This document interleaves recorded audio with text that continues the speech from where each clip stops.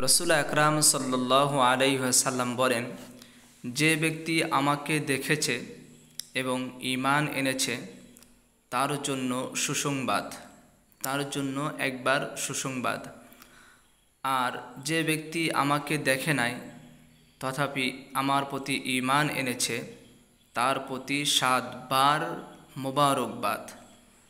মানে আল্লাহ রসুল সাল্লাল্লাহু আলাইহি ওয়াসাল্লামকে যারা জীবদ্দশায় দেখেছেন তাদেরকে আল্লাহ নবী সাল্লাল্লাহু আলাইহি ওয়াসাল্লাম একবার সুসংবাদ দিয়েছেন।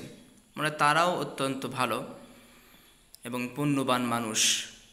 পক্ষান্তরে যারা রসুলকে দেখে নাই তথাপি ঈমান এনেছে, মানে রসুল আকরাম সাল্লাল্লাহু আলাইহি ওয়াসাল্লামের উম্মতগণ, কারণ পরবর্তী জামানার উম্মতগণ তো রসুলকে দেখেন নাই।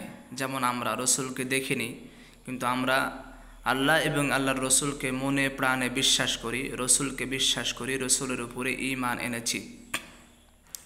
তো রসুল আকরাম সাল্লাল্লাহু আলাইহি ওয়াসাল্লামের উম্মতের উদ্দেশ্যেই আল্লাহর নবী সাল্লাল্লাহু আলাইহি ওয়াসাল্লাম এই কথা বলেছেন।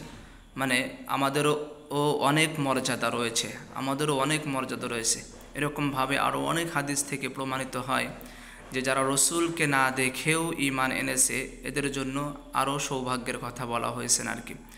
এজন্য আমরা আমাদের ঈমানকে কখন নষ্ট হতে দেব না, যে কোনোভাবেই হোক আমরা আমাদের ঈমানকে পরিপূর্ণ রাখব। আল্লাহ এবং আল্লাহর রসুলকে সবসময়ের জন্য বিশ্বাস করব, মনে প্রাণে বিশ্বাস করব।